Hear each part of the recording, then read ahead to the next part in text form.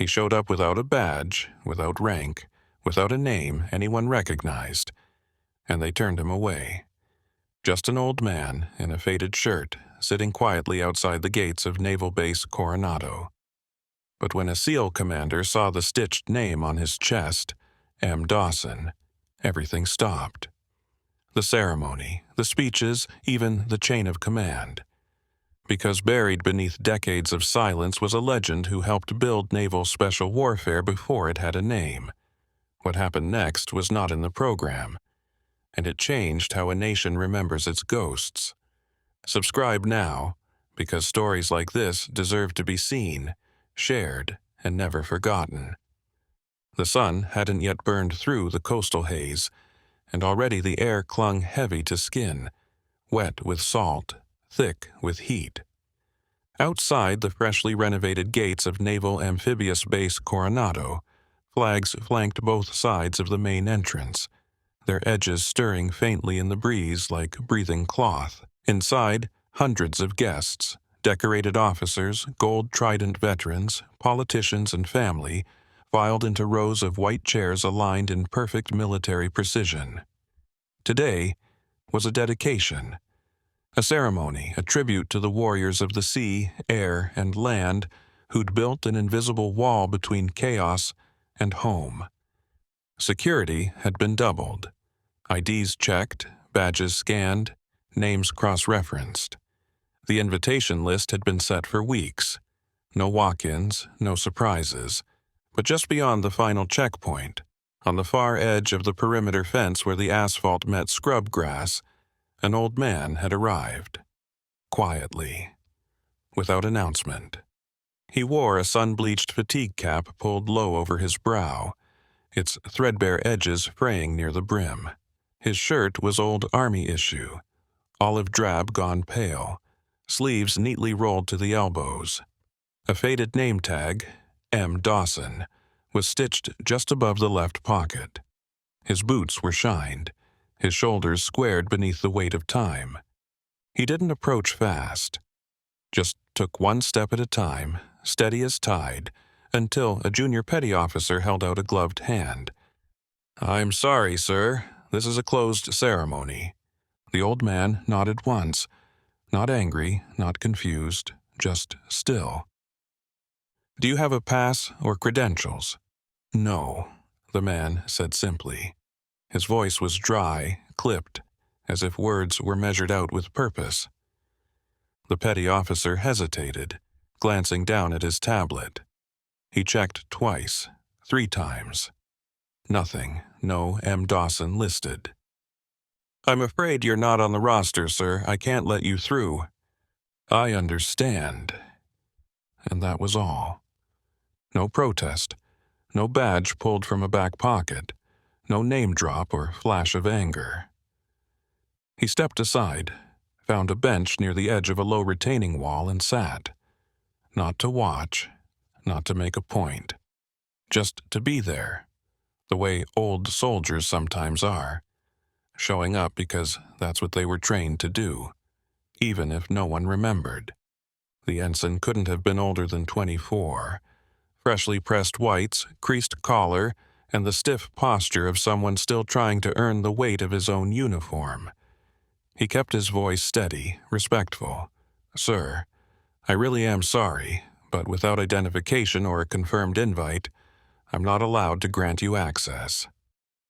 The old man, Monsieur Dawson, as his weathered name tag read, nodded once. No bitterness in the motion. Just acceptance. Not the kind that gives up, the kind that's been worn into a man over decades, the kind that understands rules are rules, and battles worth fighting rarely happen at gates. "I understand," he said again, quiet but even. The ensign shifted, uncomfortable. He kept glancing toward the sleek ceremony area beyond the barricade. White awning tents, a stage decked with trident banners, polished brass, the hum of media equipment, and the low rhythm of piped music rolling like surf through the grounds. But Dawson didn't follow his gaze. He simply turned and stepped away, his boots barely making a sound against the concrete. He found a bench tucked beneath the slanted shadow of a security building, just far enough from the entrance to be out of the way, but close enough to see. He sat down slowly, one hand braced on the wood slats. The movement was careful, like a man nursing old breaks that never healed right. From his shirt pocket, he pulled a single folded pamphlet, yellowed, soft at the edges. Across the front, SEAL Graduation Class 114, 1981. He unfolded it gently, smoothing the corners with reverent fingers. In his other pocket, a rusted gold trident lapel pin lay wrapped in tissue. The edges were dulled, the insignia worn thin from thumb rubs and passing years. He didn't wear it now, just kept it near, like memory. His eyes scanned the parade ground, measured, calculating, the stance of each sentry, the pattern of patrols. He noted the way the flag hung against the wind line and how the ceremonial canopy had a slight sag at the center post. Not judging, just observing. Like men trained to stay alive by never missing a detail. He wasn't watching the show. He was reading the ground. He didn't need to explain why he was there, he had already shown up. And for men like him, sometimes that was enough. Commander Jason Tierney stood just off stage beneath the canopy, reviewing the ceremony schedule with a sharp eye and a tighter jaw. The white-gloved honor guard was running through its final alignment drills, flags flaring at perfect intervals behind them, and across the compound, a sea of pressed uniforms shimmered under the mid-morning sun.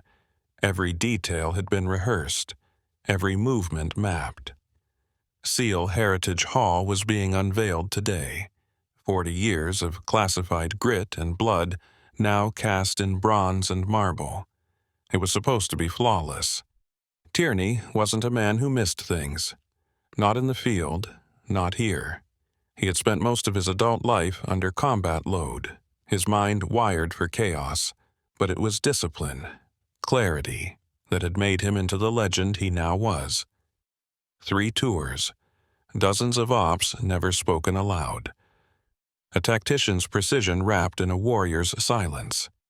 Now, in his early 40s, he carried the mantle of mentor, instructor, the man who shaped the next generation. He didn't enjoy ceremonies. Never had. But today mattered. His gaze swept the perimeter like it always did. Habit, not necessity, and stopped. Movement. Subtle.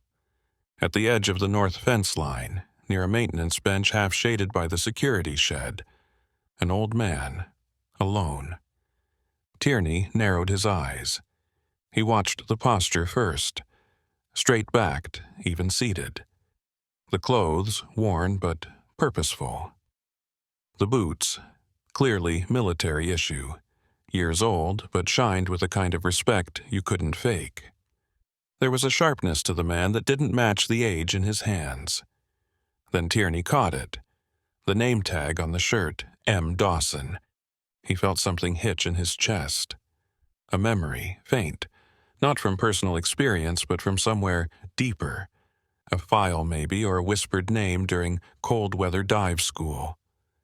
Dawson, the ghost name that floated around instructor circles when someone wanted to talk about the first ones. The ones who'd built the house brick by brick and then vanished into its walls. Tierney stepped off the riser, handed the schedule to a subordinate without a word, and walked toward the edge of the crowd. The ceremony was still 10 minutes from starting, but something outside that fence line had already begun. Commander Tierney moved with the kind of quiet force that made others clear a path without being told. The young ensign at the checkpoint spotted him first, stiffened instinctively, then stepped aside. The 2 Marines flanking the outer gate shifted their weight, unsure if they should snap to attention or hold position. Tierney didn't speak. He just walked, slow, deliberate. His eyes locked on the bench near the fence line. The man seated there didn't look up right away. He sat still, hands folded loosely on his lap, one boot tapping lightly as if measuring seconds the way some men used to count mortar drops. His cap was pulled low, but not low enough to hide the stitched name above his shirt pocket. Tierney stopped just short of the bench. Silence hung there a beat too long.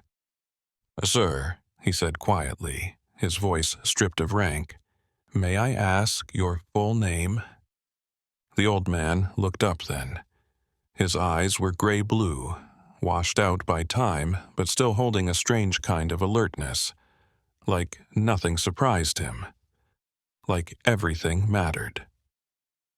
"Master Chief Martin Dawson," he said after a moment. "Retired." Tierney didn't move.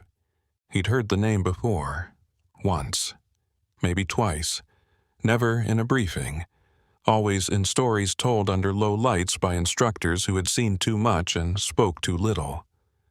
Dawson wasn't in the rosters, not officially, but legends didn't need signatures to survive. He was the whispered shadow behind the original wet teams, the one who taught river crossings with nothing but a reed and a blade. Cold water, black ops, no glory, just mission. Tierney's mouth tightened, and he inhaled slowly, like a man trying to recalibrate his understanding of the moment. "Master Chief," he said finally. Dawson nodded once, as if confirming the unspoken. "I wasn't on the list," he added, almost apologetically. "You should have been," Tierney replied. Then, with a barely perceptible shift in posture, one only another SEAL would notice, he stood straighter, more precise. And then, without orders, without ceremony, he saluted. Not a showy motion, just clean. Absolute. Dawson didn't return it. He didn't have to. They both knew what it meant. The name rippled through Tierney's mind like the detonation of a memory he hadn't realized he was carrying. Dawson. Martin Dawson. It wasn't a name you heard in briefings or classrooms. It wasn't printed on the walls of the SEAL Heritage Hall or etched into the long line of trident plaques that lined the corridor of legacy. It had been hidden. On purpose. Ghost Cadre. Tierney had seen it once, maybe twice. Not in the usual archives. Not in public registers or citation lists. It was buried in the black and white ghost script of an outdated training manual, the kind locked in metal cabinets and marked with red stamps that faded with the years. One footnote, bottom of a page, a mention of unofficial reconnaissance swimmers operating out of Da Nang in early '65. Pre-SEAL, pre-structure. Just a call sign, Cadre 01, name M. Dawson. At the time, Tierney thought it was fiction. A placeholder, one of those half-truths instructors whispered to make a point. But standing now before the man in the faded olive shirt, Tierney felt the shape of that myth take solid form. Not just a name, not just a story. A man, breathing, still watching, still here. These were the first operators who didn't wait for clearance. They moved under different maps, in different waters. Cold water demo missions off the Vietnamese coast. No backup, no rescue protocol, just an objective, a pair of fins, and men whose silence outlasted everything. The Navy never acknowledged the ghost cadre. They hadn't fit inside the emerging bureaucratic framework. No ranks posted, no citations distributed. Their records, what little remained, were sealed or lost. But Tierney had once heard a phrase muttered by a retired instructor, half drunk, staring at the Coronado breakers. Before there were tridents, there were ghosts. Now one of them sat in front of him, quietly without invitation, holding a folded program from a class he never got to graduate, because he helped build the course before it had a name. Tierney exhaled slowly. The scope of the moment pulled wide around him. This wasn't about courtesy anymore. This was history. Alive, waiting. And Tierney wasn't going to let it sit outside the gate. Tierney turned on his heel and walked. No words, no explanation, just purpose. The gravel crunched under his boots as he cut back through the side path, bypassing the orderly procession of officers and guests making their way to the seating rows. Behind mirrored sunglasses and ribboned uniforms, heads turned. A few recognized him: Commander Jason Tierney, SEAL instructor, 3-tour combat vet, keynote speaker. They made space, because when Tierney moved like that, it meant something. He didn't slow as he passed a rear admiral adjusting his cuffs or the Secretary of the Navy mid-conversation. He didn't stop when a logistics coordinator whispered sharply into a headset, "Commander's off program." He just stepped up onto the temporary riser built for the dedication, mounted 2 stairs, and crossed to the podium where a defense official had just begun her carefully prepared remarks. The woman faltered mid-sentence, blinking at him as the microphone caught a soft hiss of confusion. A PA tried to intercept him. Tierney didn't raise his voice. He didn't need to. He leaned toward the mic. "There's a man outside this fence," he said, the words dropping like weights, "whose name built this foundation." The crowd quieted. Tierney scanned the sea of starched collars and trident lapels. "You don't know him because you were never meant to. But if he doesn't come in, I don't stay." A pause. Nothing moved.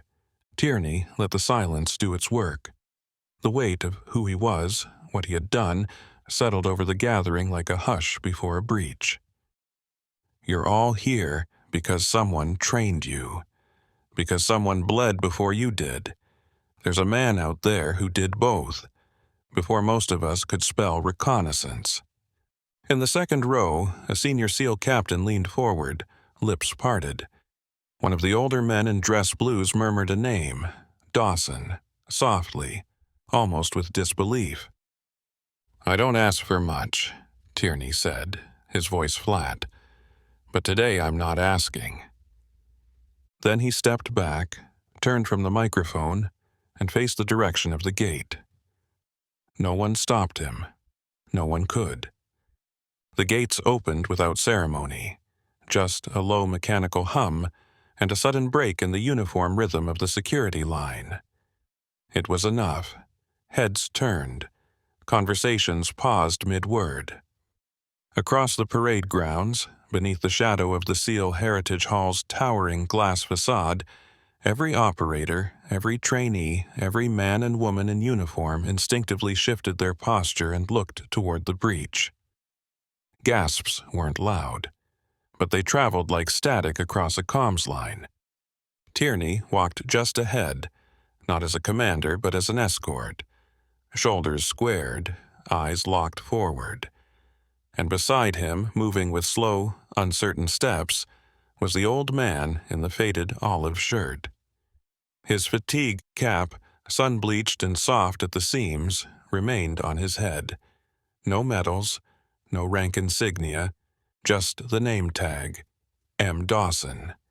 He didn't speak, didn't wave, just walked. Whispers began low, curious at first, then hushed with realization. Phones that had begun to rise dipped again. A few officers lowered their heads. No one gave orders. But the posture in the formation changed, subtle, uncoordinated, and absolute. Spines straightened, hands found seams, faces sobered. Because Tierney wasn't the kind of man who grandstands. If he broke protocol, it wasn't for theater. It was for truth. And that meant the man walking beside him wasn't just another face. They didn't recognize Dawson, not really. But they recognized the way Tierney looked at him. Not down, not across, up. That told them everything. Dawson passed by a line of trainees in dress whites, young, untested. None dared move. Their instructors, hardened from deployment after deployment, saluted as he passed. Some crisp and mechanical, others slow and reverent. No one told them to. He didn't return the salutes, didn't glance side to side. But the old warrior's chin lifted just slightly, as if holding in place the weight of years carried without a nameplate, without a ceremony, without a plaque on the wall.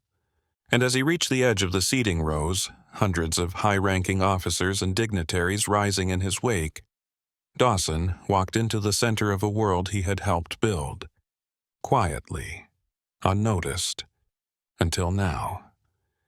The bell stood at the front of the assembly, polished brass mounted to a dark wooden yoke, its rope freshly coiled, untouched. Behind it, the new Heritage Hall gleamed with steel and glass, its walls etched with the names of the fallen. Rows of guests sat motionless beneath the canopy, their white chairs aligned like gravestones. The master of ceremonies stepped to the mic, voice measured.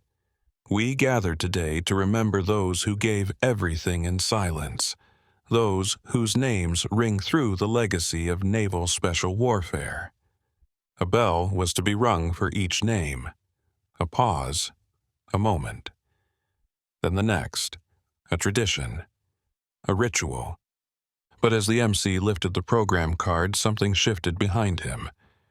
Commander Tierney stepped forward again. He didn't ask permission. "I need the mic," he said, quietly but with authority that didn't leave room for debate. The MC stepped aside. Tierney faced the crowd. His voice was calm, clear. "There are names not on your programs today, not because they were forgotten, but because they were never written down in the first place." A hush fell again. He pulled a small folded paper from his pocket, the edges soft, corners worn. It wasn't official, it was older than that. "These were the first," Tierney said. "The original operators, the ones who ran ops before the Navy knew what to call them, before there were badges, ribbons, even numbers for teams. They didn't wear tridents, they earned them for the rest of us." He looked toward Dawson. "Master Chief, when you're ready." Dawson stood slowly, the kind of movement that carried both pain and pride, the kind that made you listen before he even spoke. He walked to the bell alone, every eye on him. He didn't speak, just took the rope. The first name was read, one no one in the crowd recognized. Dawson rang the bell. Clang. It echoed across the compound, sharp, clean, final, more powerful than any anthem. No applause, no reaction, just stillness. The kind that wraps around you when history suddenly stands in the present and asks only to be seen. And for once it was. The sun had begun to dip low over the Pacific, casting long shadows across the concrete seawall that bordered the western edge of the base. The crowd had thinned. The flags still rippled gently, and somewhere in the distance, the last echoes of ceremonial drums faded beneath the crash of the surf. Tierney sat beside Dawson on the weathered stone, their shoulders inches apart, neither speaking at first. The ocean didn't need conversation to fill the space. It had its own rhythm, like memory. Dawson had taken off his cap. His hair, what little remained, was pressed flat and silver. His hands rested on his knees, fingers gnarled from time and use, skin marked with old scars that no longer had names. He looked out over the water the way only old sailors do, like he was measuring something far beneath the surface. "You ever think they'd come looking for you?" Tierney asked quietly. Dawson gave a faint smile. Didn't think about it much. Wasn't the point. There was no bitterness in his voice, no regret. Just a kind of evenness that came from living through things that don't make it into speeches. They talked for hours. No schedule. No officers hovering nearby. No cameras. Dawson spoke of rivers in Laos that ran black and silent at night. Of bridges taken out by hand while listening to the breath of enemy patrols on the opposite bank. Of names, Hendricks, Morales, Kimball, men no longer here, Men who never got bells or plaques. Men who slipped into the darkness and stayed there. Tierney listened. Not like an instructor, not like a commander, like a student, because he was. He heard about how they made rafts from aircraft tires, how they used their own heartbeat to time demolitions, how they moved without support, without backup, without recognition. He learned that the legacy of naval special warfare wasn't written on the steel walls of Heritage Hall. It was carved into men like Dawson, men who didn't ask for credit, only completion. At some point, Tierney looked down at the old trident pin Dawson had finally pulled from his pocket. It wasn't polished, it wasn't bright, but it was the most honest thing he'd ever seen. The sun hung high over Coronado, casting sharp lines across the west-facing wall of Seal Heritage Hall. A small crowd had gathered. No grandstands this time, no printed programs or choreographed speeches. Just those who knew. Men in quiet uniforms, women with folded arms and eyes that had seen things. A few families, a few ghosts. At the center of the gathering stood a new plaque, freshly mounted into the steel facade. No seal, no insignia, just a line of bold lettering cut deep into the brushed metal. Master Chief Martin Dawson, founding operator, Ghost Cadre 001. No date, no rank ladder, no citations, just the name and the truth. Commander Tierney stood beside it. His dress blues were sharp, his posture quiet. He wasn't there to command the moment. He was there to give it back. He looked out at the crowd, then down at the podium where his speech sat folded. He didn't touch it. "This," he said, voice clear but steady, "is for the man who built the road long before any of us knew there would be one to walk." A pause, the breeze shifted, someone lowered their head, someone else removed a cap. Most of you never knew his name. That's not your fault. It was never printed, never worn across a chest or typed in a report. Tierney looked toward the horizon for a breath, then back. But we knew it, and now it's here, etched in steel, for the record, for the memory, for the debt. His voice softened. When I first met him, he told me he wasn't here for recognition. He said, "I'm just here to pay respects." Tierney looked at the plaque again. "Well, Master Chief," he said, almost a whisper now, "this time, we're paying them to you." The silence that followed wasn't empty. It was full of weight, of history, of the unseen hands that had steadied countless others through storm and fire.